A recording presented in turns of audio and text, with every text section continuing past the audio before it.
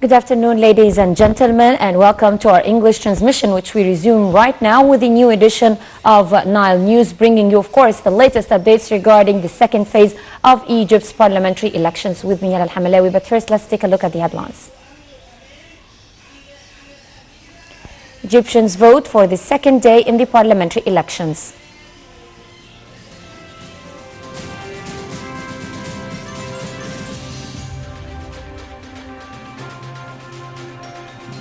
For the third day, a search continues for Paris attack suspect.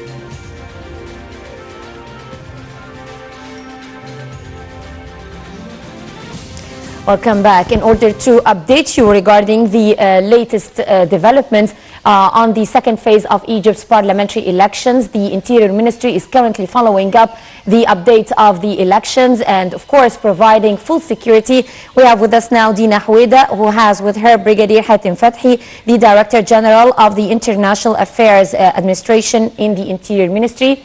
Hello, Dina.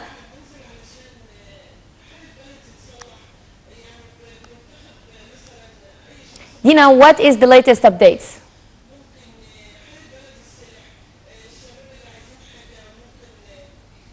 Second day of the second phase of the parliamentary elections of 2015 in the 13 governorate.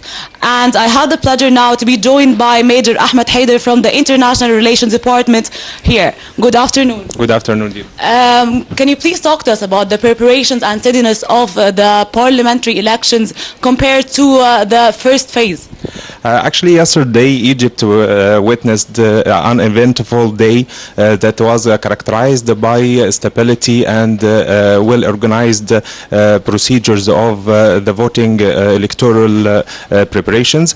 And also for the security situation, I'd like to say that there was a full-scale presence of police forces supported by the army, actually, and they were stationed outside the polling station, and also they were present at mobile and or moving bases that covering the voting locations.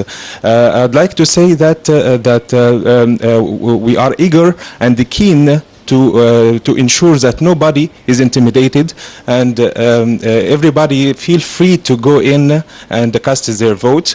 It's very important to mention that apart from the situations that may endanger the life of those who are present in the polling stations, it is important to say that the police forces or the security forces act only upon the request of the judges that are responsible for supervising the electoral process. And what about securing the citizen outside the polling station?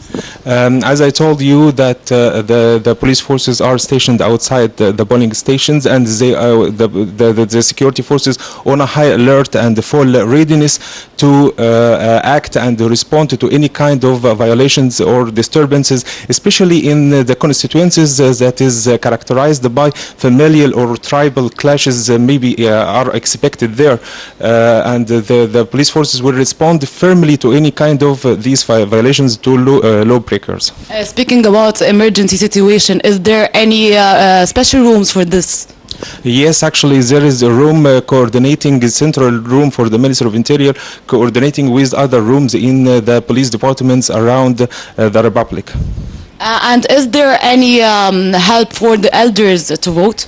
Yes, actually the Ministry of Interior provided the wheelchairs for those who are handicapped or disabled people, and also they provided some personnel to accompany the old man or the old woman to cast their vote. Major Ahmed, is there any violations till now?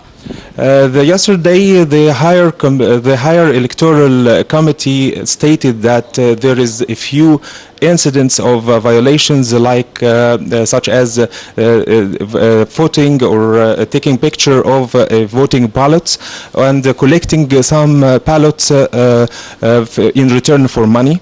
And I told you, upon the request of the judges, the security forces move and respond to these violations. And speaking of violations, what are the consequences for any violation, especially that we heard that there is sometimes illegal campaigning outside schools? This is considered, as I told you, an administrative violations, and we move for this upon also the request of the judges that is supervising the electoral process. Thank you, Major Ahmed, for joining us on Nile TV. Thank you. Those were the updates we got so far from Ministry of Interior. This was Dina Hwaidak reporting for Nile TV.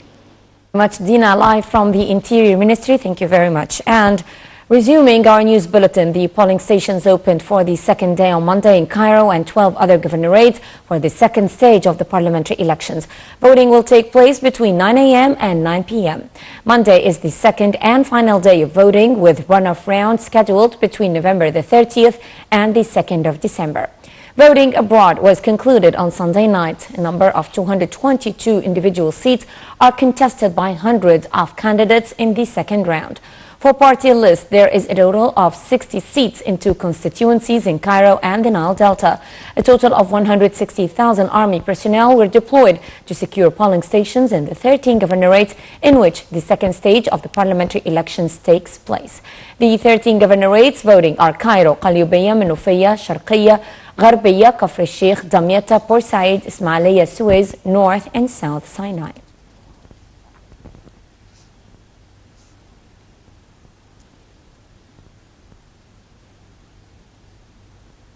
Now we have with us our correspondent Riham Mursi, who is currently in a polling station in Shubra district. Good day to you, Riham.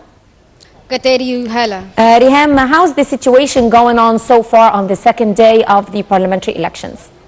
Well, earlier in the morning we saw quite a lot of people flowing into the polling stations, coming in to give their votes, because usually you observe more people coming in on the second day because they would rather do it last minute. But then around 12, up until now, the flows have been much slower. I'm assuming this is because people are at work or they have their businesses or whatever it is that they're doing. Later on in the afternoon, when they're free, they're going to start to show up again. We're going to start to see bigger queues at around, say, 7 before the closing hours of the polling station itself. Also, a little earlier, about an hour or 2 hours ago, there was an international observing team here in Tawfiya School in Shubra. They were from the International Democracy Observers Unit. When I spoke to them, they didn't really want to talk a lot about the election process itself. They didn't want to give their opinion. But what I managed to gather from them was one of the observers was talking about how the elections here are very similar to the ones that they saw in Tunisia, even the style of schools and so forth. He was speaking about how it's very similar. Yes. The only differences between here and there is the security. He was talking about how security here is extremely heavy. Yes. Riham, did you notice the turnout by the voters? Because Shubra is a highly or intensely populated district. So what was the main segment of the society taking place today in the voting process? Was it mainly women, youth, or elderly? Well, here in the school I'm situated, earlier we could see younger people coming in from the ages of 18 to 25 early in the morning. But after that, the majority of the people showing up right now are the elderly. It's because they're the ones with a lot of free time. But yes, as expected in every governorate across Egypt, the turnout rate for women is much higher than it is for men. But that doesn't mean that the men aren't showing up to vote as well. Well, Riham Mursi from Shubra district, thank you very much. Resuming our news bulletin, Prime Minister Sharif Ismail announced that Monday will be a half day off for state employees to allow them to vote in the second stage of Egypt's parliamentary elections. The Prime Minister has called on the private sector to give its employees a chance to perform their constitutional rights.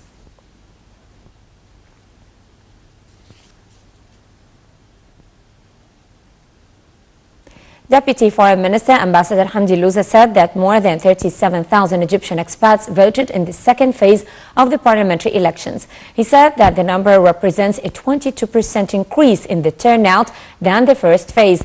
Egyptians voted on Saturday and Sunday in 139 embassies and consulates. The High Elections Committee is yet to announce the results of the vote.